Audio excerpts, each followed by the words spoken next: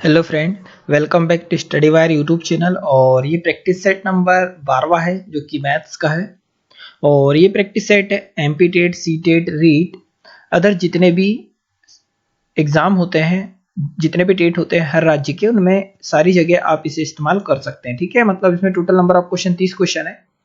और इस 30 क्वेश्चन में से कम अगर आपसे 25 भी प्लस अगर बनते हैं तो आप ये समझिए कि आपका स्कोर एक अच्छा खासा रहने वाला है। और कोशिश करिए कि आप हर प्रैक्टिस सेट जरूर लगाएं। और अभी तक पिछले हम 11 कवर करा चुके हैं, 11 प्रैक्टिस सेट आप उन्हें भी लगाएंगे तो ज़्यादा बेटर होगा, क्योंकि इसमें 20 क्वेश्चन मैथ्स के और 10 पेडागोजी के हम हर लेक्चर में कवर करा रहे हैं। ठीक है, तो पहला क्वेश्चन होगा आज का कि जैसे हमें दे रखा है यहाँ पर कि 9639 divided by 21 plus 1331 divided by 11। ठीक है, तो यार अगर हम इसमें भाग देते, ठीक है, 21 का अगर हम भाग देते, देखो आप इतना जानते हैं कि सबसे पहले किसे सॉल्व करना होता है, भाग को। तो 21 चौक कितना हो जाएगा, 84। ठीक है, 21 चौक हो जाएगा 84, बचेगा कितना, 12।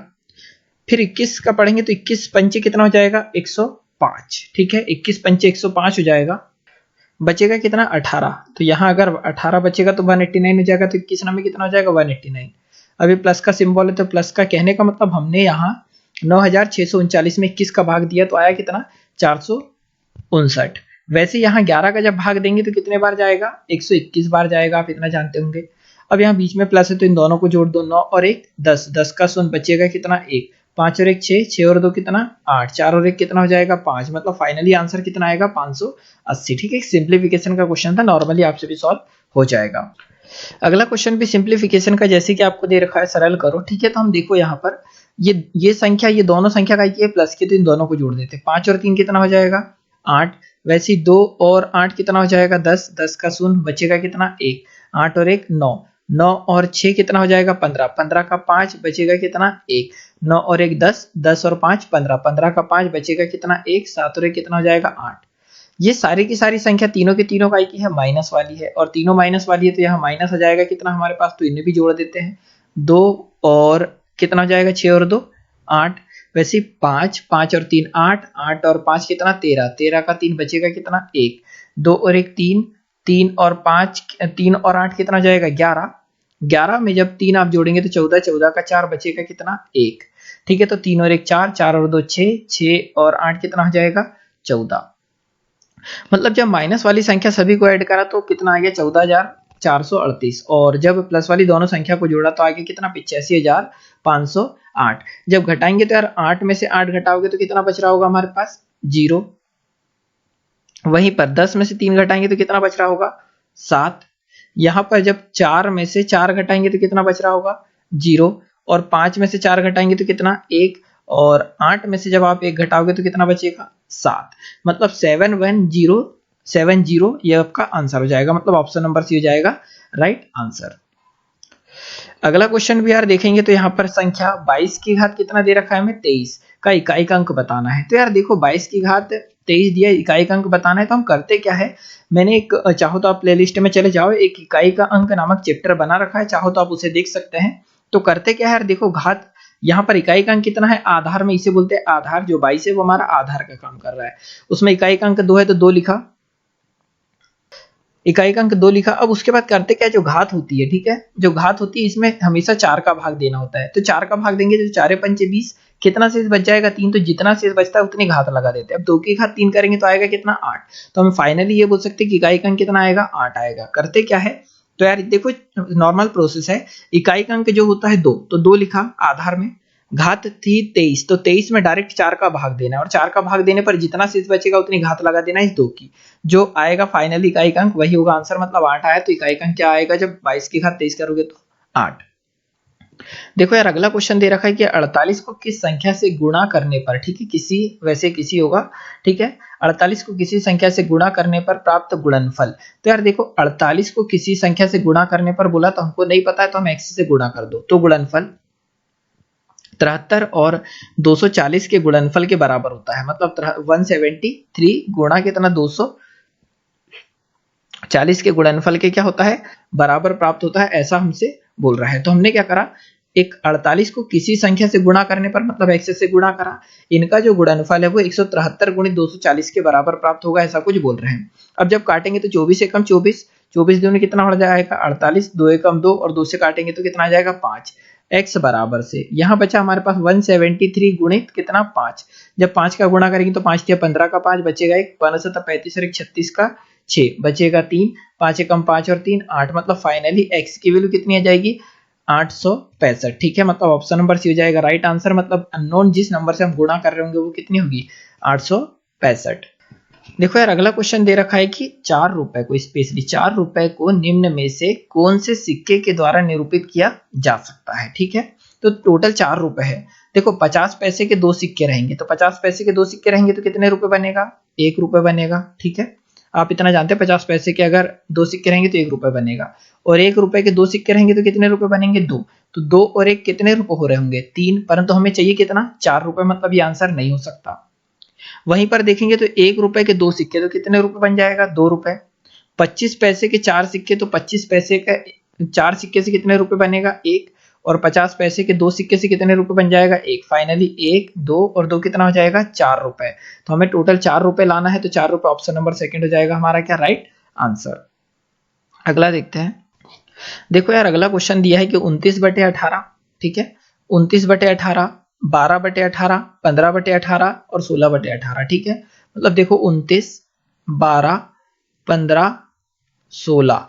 ठीक है, सबके बटे में हमारे पास क्या है तो 18 है, तो सबके बटे में 18 है, तो हम ये बोल सकते हैं कि आधार से हमें कोई मतलब नहीं है क्योंकि सबके आधार हो गए बराबर। यहाँ पर सबसे छोटे भिन्न की तो जो सबसे छोटी राशि है अंश की वो सबसे छोटा, और सॉरी ठीक है अंश में जो सबसे छोटा होगा सबसे छोटी राशि होगी और अंश में जो सबसे बड़ा होगा बड़ी राशि होगी। ठीक है, तो यहाँ पर सबसे छोटी राशि कितनी है हमारे पास 12। ठीक है, तो 12/18 क्या हो जाएगा सबसे छोटा भिन्न हो जाएगा, मतलब ऑप्शन नंबर सी हो जाएगा राइट आंसर।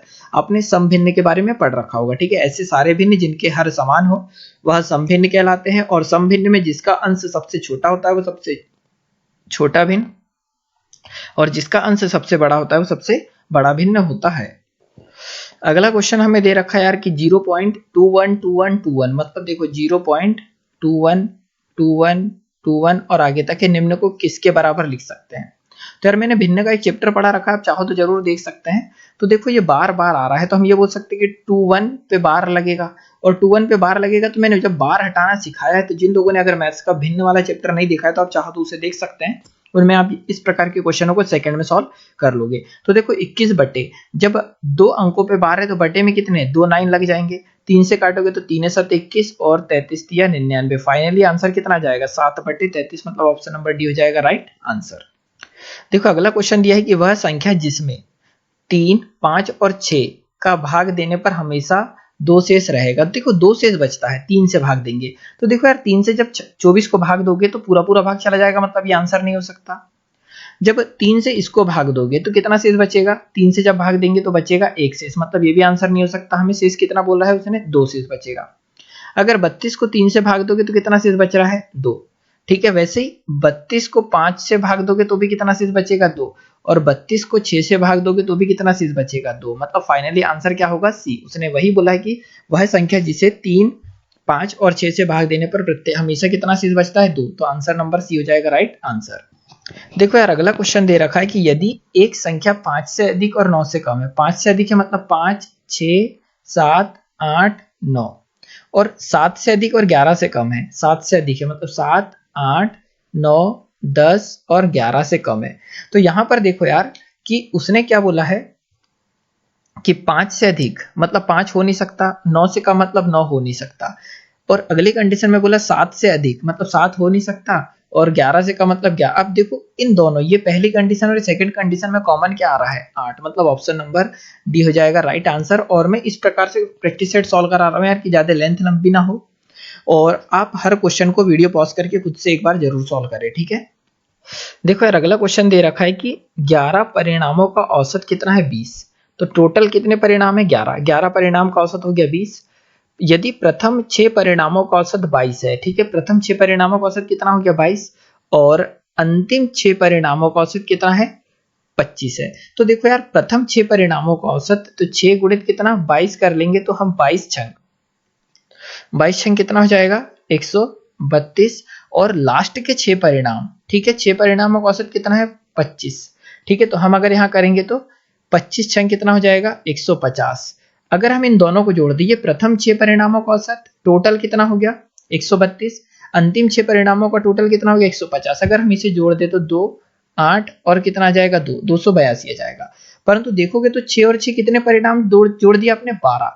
ये 12 परिणाम जो जोड़े हैं इसमें से एक 6वें नंबर का परिणाम 2 बार आया है, एक तो इसमें भी और एक इसमें भी। तो हम ये देखेंगे कि टोटल 11 परिणामों का औसत हमारे पास कितना दे रखा है, तो ये देखोगे तो 20 दे रखा है, ठीक है। तो हम जब 11 दूनी कितना हो जाएगा 22, तो हम ये करेंगे यहां पर हमारे पास जो टोटल है जो 282 है, ठीक है, इसमें टोटल 12 परिणाम है और जो 220 है इसमें टोटल 11 परिणाम है। तो अगर हम 12 परिणाम के या 12 अंकों का या 12 संख्याओं के टोटल में से 11 संख्याओं का टोटल घटा दे तो एक 6वीं संख्या मिल जाएगी। मतलब 2 घटाएंगे किस में से 0 में से, तो कितना बचेगा, सॉरी 0 घटाएंगे 2 में से तो 2 बचेगा, 8 में से जब 2 घटाएंगे तो कितना बचेगा 6। मतलब क्या हो जाएगी जो 6वीं संख्या हो जाएगी वो क्या हो जाएगी 62। मतलब ऑप्शन नंबर सेकंड हो जाएगा राइट आंसर। देखो यार अगला क्वेश्चन है 11 पर, वो कुछ इस प्रकार से दे रखा है कि एक वस्तु का लागत मूल्य और बिक्री मूल्य से 140 रुपए का अंतर है, ठीक है। तो देखो क्या हो रहा है, लागत मूल्य, ठीक है, यहां पर नोटिस करना, और बिक्री मूल्य, मतलब लागत मूल्य मतलब क्या हो जाएगा कॉस्ट प्राइस सीपीजी से बोलते हैं, और बिक्री मूल्य मतलब उसको बोलते हैं विक्रय मूल्य एसपी। इन दोनों के बीच जो अंतर दे रखा है, ठीक है, अंतर दे रखा है वो कितने का दे रखा है तो 240 का। मतलब और यहाँ देखा 20% का लाभ हुआ, मतलब विक्रय मूल्य अधिक था होगा, क्रय मूल्य कम था होगा। तो विक्रय मूल्य में से क्रय मूल्य जब घटाया तो इन दोनों का अंतर आएगा कितना 240, मतलब 240 का हो रहा है प्रॉफिट। तदनुसार यदि 20% का लाभ हुआ हो, 20% का लाभ हुआ तो विक्रय मूल्य कितना है। तो हम मान लेते हैं यार कि अगर सीपी कितना था होगा 100 रुपए, मतलब सीपी का मान 100 रुपए था होगा, तो एसपी 20% का प्रॉफिट हुआ है, मतलब 100 रुपए की वस्तु 20% प्रॉफिट मतलब 120% पर बेची होगी।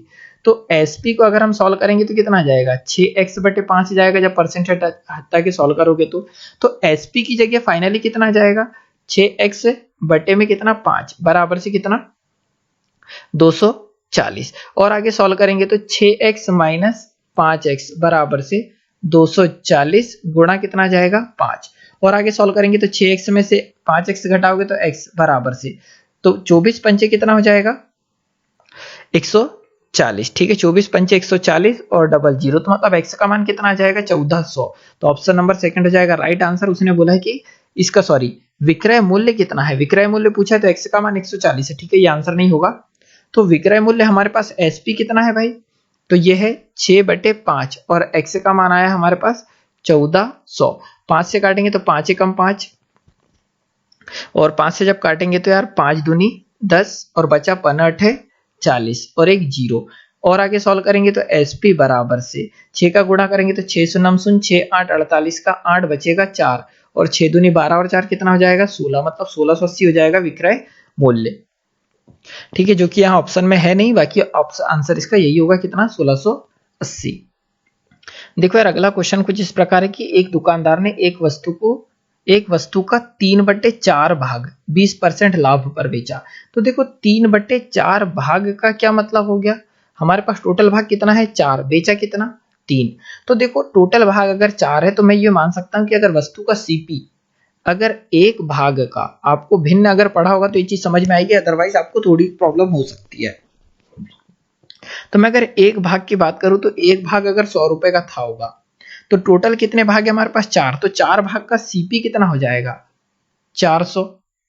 अब 3 भाग को 20% लाभ पर बेचा है तो 3 भाग का सीपी कितना था यार 300 रुपए था और इसको 20% लाभ पर बेचा मतलब 120 बटे कितना 100, ठीक है। मतलब अगर हम एसपी की बात करें, एक मिनट, एसपी की बात करें तो 300 रुपए की वस्तु 20% का प्रॉफिट मतलब कितना 120 बटे में कितना आ जाएगा 100, 2 जीरो से 2 जीरो कट जाएगा 12 दिया कितना 36, मतलब जो 3 वस्तु है वो बेच दी कितने में 360 रुपए में। तो हमारे पास टोटल वस्तु कितनी थी 4, 3 वस्तु बेची 360 में, तो एक वस्तु कितने में बेचेंगे, उसने बोला कि शेष भाग को उसके लागत मूल्य पर बेचा, मतलब कितने रुपए पर बेचा 100 रुपए पर बेचेंगे।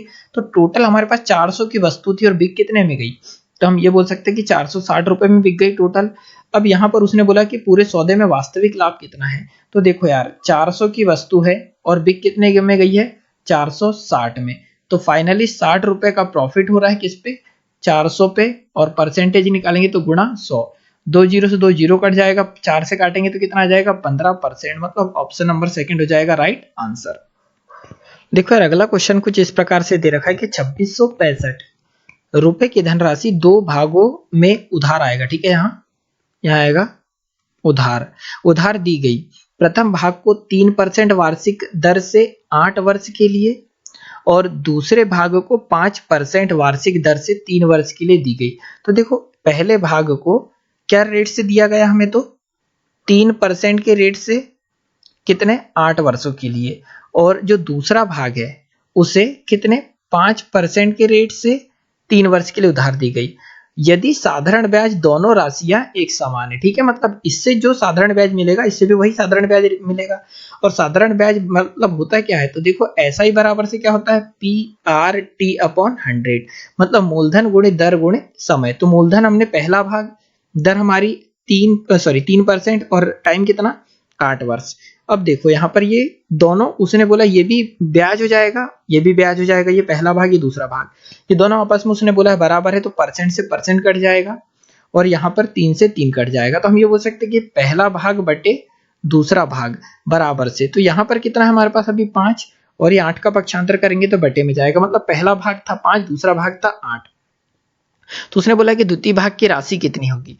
तो देखो टोटल हमारे पास 2600 रुपए है यार, सॉरी 2600 कितना है टोटल 2665, तो टोटल 2665 है और दूसरा भाग पूछा तो दूसरा भाग कितना है हमारे पास 8, पर 8 तो है पर टोटल कितना होगा, तो 8 और 5 कितना 13, तो 13 से काटोगे 13 एकम 13, 13 दूनी 26 जीरो और 13 पंचे 65, और आगे सॉल्व करोगे तो जब 8 का गुणा करेंगे तो 8 पंचे 40 और 8 दूनी कितना 16, तो 1640 हो जाएगा। Finally answer option number first होगा राइट आंसर। अगला क्वेश्चन है कि चित्र में OA, ठीक है, यहां पर ये OA और OB, ठीक है, OB को परस्पर विपरीत किरणें हैं, तो x का मान कितना दे रखा है हमें, तो 75 डिग्री, तो x का मान यदि यार 75 डिग्री दे रखा है तो हम इतना जानते हैं कि दोनों टोटल कितना होता है 180 डिग्री होता है, तो ये कितना हो जाएगा 105 डिग्री। तो उसने बोला y का मान ज्ञात करो, तो y का मान कितना हो जाएगा सेकंड हो जाएगा राइट आंसर। और जिन लोगों से क्वेश्चन नहीं बन रहा है तो क्या करो यार, मैंने एक रेखा और कोण से पूरा एक चैप्टर डाल रखा है, ठीक है, चाहो तो आप उसे देख सकते हैं, या ज्यामिति के नाम से अगर आप उतना देख लोगे तो इस प्रकार के क्वेश्चन आप चुटकियों में कर लोगे। अगला क्वेश्चन है कि दी गई आकृति में कौन सा युग्म है, ठीक है, कौन सा युग्म है शीर्ष अभिमुख कोण है। तो शीर्ष अभिमुख कोण का मतलब होता है जब दो रेखा एक दूसरे को काटे तो आमने सामने के कोण को क्या बोलते हैं शीर्ष अभिमुख कोण। मतलब एक का शीर्ष अभिमुख 3 और दो का शीर्ष अभिमुख कितना होगा 4, तो देखो एक का कितना हो रहा है 3, तो ये आंसर हो नहीं सकता, और 4 का क्या हो रहा है शीर्ष अभिमुख 2, तो ये आंसर हो नहीं सकता, 2 का हो रहा है 2 का क्या हो रहा है हमारे पास, तो 2 का हो रहा है 4, मतलब ये आंसर हो नहीं सकता। तो 2 का शीर्ष अभिमुख कोण क्या है आमने सामने के कोण है ये दोनों, इसलिए ऑप्शन नंबर डी हो जाएगा राइट आंसर। देखो अगला क्वेश्चन दे रखा है कि किसी वर्ग के क्षेत्रफल, ठीक है, कोई वर्ग का क्षेत्रफल तथा विकर्ण पर खींचे गए वर्ग के क्षेत्रफल का अनुपात होगा। तो कोई एक ये वर्ग है, ठीक है, इसकी भुजा अगर मैंने a मान ली तो इसका क्षेत्रफल क्या हो जाएगा a का वर्ग, और बोला उसके विकर्ण पर बना वर्ग, तो विकर्ण पर वर्ग कैसा बनेगा इस प्रकार से बन जाएगा, ठीक है। तो ये वाली भुजा कितनी हो जाएगी a करनी 2, और ये वाली भुजा भी हो जाएगी a करनी 2, तो ये वाला जो वर्ग होगा जो विकर्ण पर बना है उसका क्षेत्रफल कितना होगा, तो हम इतना जानते हैं भुजा का वर्ग क्या होता है क्षेत्रफल होता है, तो a का वर्ग और करनी 2 का वर्ग होगा तो कितना 2, तो a का वर्ग से a का वर्ग कैंसिल, तो a का अनुपात कितना आ जाएगा 2, मतलब कोई एक पूरा वर्ग का क्षेत्रफल और विकर्ण पर बने वर्ग के क्षेत्रफल का अनुपात कितना होगा, तो 1:2 होगा, मतलब ऑप्शन नंबर सेकंड हो जाएगा राइट आंसर। अगला 17वां क्वेश्चन है क्या निम्न में से कौन सा समूह त्रिभुज की भुजा नहीं है, ठीक है। तो यार देखो अगर आपने मेरा ज्योमेट्री वाला एक लेक्चर देख रखा है जो कि 2-2.5 घंटे का 3 घंटे का मैंने डाल रखा है स्पेशली इसके ही लिए, ठीक है, टेट के लिए, तो अगर वो देखा होगा तो ये क्वेश्चन चुटकियों में हो जाएगा। हम इतना जानते हैं कि कभी भी कोई त्रिभुज है, ठीक है, मैं एक कॉन्सेप्ट यहाँ बता ही देता हूँ, किसी भी त्रिभुज में जैसे ए बी सी ये कोई त्रिभुज हो गया, तो किसी भी दो भुजा का योग हमेशा तीसरी भुजा से बड़ा होता है, मतलब ए बी प्लस अगर बी सी कर दे, हम दो भुजा का योग कर दे तो वो हमेशा और हमेशा तीसरी भुजा से बड़ा होगा। कहने का मतलब वो AC से क्या हो जाएगा AC से होगा बड़ा। ठीक है, मतलब देखो यहाँ पर दो भुजा अगर जोड़ दे तो 1 और 3 जोड़ेंगे तो कितना आएगा 4। तो मैं ये बोल रहा हूँ कि जब दो भुजा को जोड़ते तो हमेशा तीसरी से बड़ी होती है, परंतु यहाँ पर तीसरी से बड़ी है क्या? नहीं। और जब तीसरी से बड़ी होती है नहीं होती है तो वो त्रिभुज कभी भी नहीं बन सकता। मतलब उसने बोला कि निम्न में से कौन सी भुजा त्रिभुज की भुजा नहीं है, तो ये पहला ही राइट आंसर होगा। चाहो तो सेकंड चेक कर लो, 3 और 4 जोड़ोगे तो कितना हो जाएगा? 7 हो जाएगा, जो कि 5 से बड़ा है। वहीं पर यहाँ अगर आप जोड़ोगे, यहाँ पर अगर जोड़ोगे तो 12 और 5 कितना हो जाएगा? 17, जो कि 13 से बड़ा होगा। और यहाँ पर 4 और 3 7 हो जाएगा, जो कि 6 से क्या होगा? बड़ा। तो हमेशा याद रखना दो भुजाओं का योग तीसरी भुजा से बड़ा होता है। अगला क्वेश्चन दे रखा है यार कि 3 घन जिनके प्रत्येक भुजा 2 सेंटीमीटर है को एक साथ मिलाकर रखने पर बनने वाले घनाभ का कुल क्षेत्रफल कितना है? तो देखो यार, ये पहला, दूसरा और ये 3 घन दे रखे हैं, इनको मिलाकर इस प्रकार से दे रखा है। तो हम अगर देखें तो ये इस प्रकार की कुछ आकृति बनी हुई है। ठीक है, ये इस प्रकार की कुछ आकृति हम ऐसा मान सकते हैं कि वो ये आकृति है। ठीक है, जो बनी है। इसमें अगर हम लंबाई की बात करें तो 2, 2 4 और 2 6 हो गया। यहीं पर ऊंचाई की बात करें तो 2 हो गया, और चौड़ाई की बात करें तो कितना आ गया? 2 आ गया। तो इसका हमें क्या निकालना है? संपूर्ण पृष्ठीय क्षेत्रफल की बात कर रहा है। कुल क्षेत्रफल मतलब संपूर्ण पृष्ठीय क्षेत्रफल, जिसका फॉर्मूला क्या होता है? तो 2LB plus BH plus HL। ठीक है, लंबाई गुणित चौड़ाई, चौड़ाई गुणित ऊंचाई, और ऊंचाई गुणित लंबाई। ठीक है, ये हो जाता है संपूर्ण पृष्ठीय क्षेत्रफल। तो 2 का 2, लंबाई का मान कितना है हमारे पास? 6, चौड़ाई का मान 2, फिर चौड़ाई का मान कितना है? 2, और ऊंचाई का मान भी 2। ऊंचाई का मान है 2 और लंबाई का मान है कितना? 6। और आगे जब हम सॉल्व करेंगे तो 2 गुणी 6 दूनी कितना? 12, 2 दूनी 4 और 6 दूनी कितना? 12। तो 12 दूनी 24, 24 और 4 कितना जाएगा? 28। तो 28 गुणा कितना जाएगा? 2। 28 गुणा 2 करेंगे तो कितना आ जाएगा? 56। तो संपूर्ण पृष्ठीय क्षेत्रफल आ जाएगा 56। ऑप्शन नंबर फर्स्ट होगा राइट आंसर। अगला है कि शंकु की तिर्यक ऊंचाई को निरूपित करता है। ठीक है, तिर्यक ऊंचाई की बात करें तो देखो यार, ये इस प्रकार की आकृति होती है, ये होती है शंकु। ठीक है, और ये ऊंचाई होती है तिर्यक ऊंचाई, मतलब ये L, ये होता है R और ये होता है H। तो ये L की वैल्यू अगर हम निकालते हैं तो ये आता है H का वर्ग प्लस R का वर्ग। ठीक है, मतलब ऑप्शन नंबर फर्स्ट हो जाएगा राइट आंसर। की तिर्यक ऊंचाई क्या होगी? तो त्रिज्या का वर्ग प्लस ऊंचाई का वर्ग होता है तिर्यक ऊंचाई, वो भी करनी के अंदर। देखो अगला क्वेश्चन कुछ इस प्रकार से दे रखा है कि 3 सेंटीमीटर त्रिज्या वाले वृत्त की परिधि। तो देखो एक ये वृत्त है, त्रिज्या कितनी है? R की वैल्यू यहाँ पर 3 सेंटीमीटर। तो उसकी परिधि, परिधि क्या होती है? तो 2 पाई R, और क्षेत्रफल क्या होता है? तो पाई R स्क्वायर। तो देखो यार, पाई से पाई तो कट गया, एक R से एक R कट गया, तो 2 अनुपात R बचा है। तो 2 का 2 और R का मान कितना है? 3। तो फाइनली परिधि और क्षेत्रफल का अनुपात कितना जाएगा? 2 अनुपात 3। मतलब ऑप्शन नंबर सेकंड हो जाएगा राइट आंसर। देखो यार, 21वां क्वेश्चन हो जाएगा कि निम्नलिखित में से कौन सी परिस्थिति विद्यार्थी को ज्ञान की खोज के लिए सर्वोत्तम अवसर प्रदान करती है? ठीक है, तो यार ज्यादा बड़ा क्वेश्चन है, तो एक काम करो, आप वीडियो पॉज करके खुद से आंसर लगाओ, है ना, तो ज्यादा बेटर होगा। मैं डायरेक्ट आंसर बता देता हूँ। तो आई होप आपने वीडियो रोक के सारे ऑप्शन पढ़ के आंसर लगा दिया होगा। तो ऑप्शन नंबर फर्स्ट हो जाएगा राइट आंसर, कि विद्यार्थी दी गई समस्या सामग्रियों को स्वयं बनाए, बंद विद्युत परिपथ में रखकर उन पर चालक और चालक या विद्युत रोधी के लेबल लगा रहे हैं। ठीक, तो इस आधार पर ऑप्शन नंबर फर्स्ट है आंसर। आप चाहो तो इन तीनों को पढ़ लो, या इसके आंसर नहीं हो सकते। अगला क्वेश्चन है कि उच्च प्राथमिक स्तर पर गणित शिक्षण का सर्वोत्तम महत्व है। ठीक है, उच्च प्राथमिक स्तर की बात कर रहा है ये। तो पहला हो जाएगा सांस्कृतिक, सेकंड मानसिक, थर्ड है आध्यात्मिक, और फोर्थ है व्यवहारिक। तो देखो यार, सांस्कृतिक हो नहीं सकता, ठीक है, और आध्यात्मिक हो नहीं सकता। तो यहाँ दो में आपको सस्पेंस आ रहा होगा, तो मानसिक और व्यवहारिक। तो हम देखेंगे तो 10th लेवल तक के जो भी गणित हम पढ़ते हैं तो वो हमारा पूरा व्यवहारिक गणित होता है, मतलब साधारण ब्याज, अनुपात, समानुपात और लाभानी वगैरह वगैरह, इसलिए व्यवहारिक गणित इसका राइट आंसर होगा।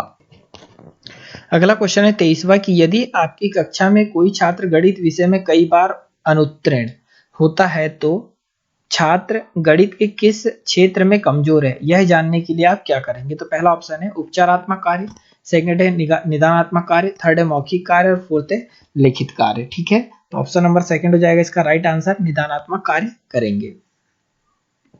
अगला क्वेश्चन आपको दे रखा है कि सीमा विभिन्न तरीकों से संख्या को व्यक्त करती है। उदाहरण के लिए 5 बराबर से 2 + 3, क्योंकि 5 बराबर से हम जानते हैं 2 + 3 होता है, और 5 बराबर से 1 प्लस 4 भी होता है तो वह संख्या की किस विकासात्मक अवस्था में है? तो पहला ऑप्शन हो जाएगा गुणनखंडीय अवस्था, सेकंड है संक्रिय अवस्था, थर्ड है परिणात्मक अवस्था और फोर्थ है उपयुक्त सभी। ठीक है, तो ऑप्शन नंबर सी हो जाएगा राइट आंसर। वह भी परिणात्मक अवस्था में है, ठीक है, क्योंकि वो हमेशा हर एक को परिणाम को चेक करे कि 5 बराबर से 2 प्लस 3 करेंगे तो भी परिणाम 5 आएगा, 1 प्लस 4 करेंगे तो भी 5 आएगा। वैसे 5 बराबर से वो और आगे कर ले कि यार 5 प्लस 0 तो भी कितना आएगा, 5 आएगा, मतलब परिणात्मक अवस्था में अभी वो है। अगला क्वेश्चन दे रखा है कि प्रकार का प्रयोग निम्न में से कौन सा नहीं है। ठीक है, जो प्रकार होता है उसका प्रयोग निम्न में से कौन सा नहीं है। तो पहला ऑप्शन हो जाएगा कोण बनाने हेतु, सेकंड ऑप्शन हो जाएगा चाप बनाने हेतु, थर्ड हो जाएगा रेखाखंड की लंबाई मापने हेतु और वृत्त बनाने हेतु। ठीक है, तो देखो यार रेखाखंड की लंबाई नहीं मापी जाती है किससे, तो प्रकार से, इसीलिए ऑप्शन नंबर सी हो जाएगा राइट आंसर। अगला क्वेश्चन हमें दे रखा है कि संतुलित व्यक्ति के लिए अवकाश के समय का सदुपयोग बहुत ही महत्वपूर्ण है। ठीक है, जो संतुलित व्यक्ति के लिए अवकाश के समय का सदुपयोग बहुत ही महत्वपूर्ण है, यह कथन किसका है, तो ऑप्शन नंबर फर्स्ट हो जाएगा राइट आंसर, एंडरसन का। अगला क्वेश्चन 27वें नंबर का हो जाएगा कि किस विद्वान ने अपनी पाठशाला अकादमी के मुख्य द्वार पर यह लिख दिया था कि रेखा गणित से अनभिज्ञ व्यक्ति इसमें प्रवेश नहीं ले सकते। ठीक है, तो ऐसा किसने कहा, तो पहला ऑप्शन अरस्तु, सेकंड है प्लूटो, थर्ड है सुकरात और फोर्थ है कार्ट। ठीक है, तो ये कहा था प्लूटो ने कि जिसको अगर रेखा गणित का नॉलेज नहीं है तो वो इस विद्यालय में प्रवेश नहीं ले सकता। अगला है कि गणित क्या है। ठीक है, यह उस मानव चिंतन का प्रतिफल है जो अनुभव से स्वतंत्र है तथा सत्य के अनुरूप है। गणित की बुक परिभाषा किसने दी। ठीक है, मतलब ये परिभाषा किसने दी कि गणित क्या है, तो यह उस मानव चिंतन का प्रतिफल है जो अनुभव से स्वतंत्र है तथा सत्य के अनुरूप है। तो ये किसने कहा है, तो ऑप्शन नंबर सी होगा राइट आंसर, मतलब आइंस्टीन ने। ठीक है, अगला क्वेश्चन है कि ब्लूम टेक्सोनॉमी का अंग नहीं है। ठीक है, जो ब्लूम टेक्सोनॉमी उसका अंग नहीं है, तो पहला ऑप्शन हो जाएगा समझ, सेकंड है बुद्धि, थर्ड है प्रयोग और फोर्थ है ज्ञान। ठीक है, तो ऑप्शन नंबर सेकंड हो जाएगा राइट आंसर, बुद्धि, जो कि ब्लूम टेक्सोनॉमी का अंग नहीं है।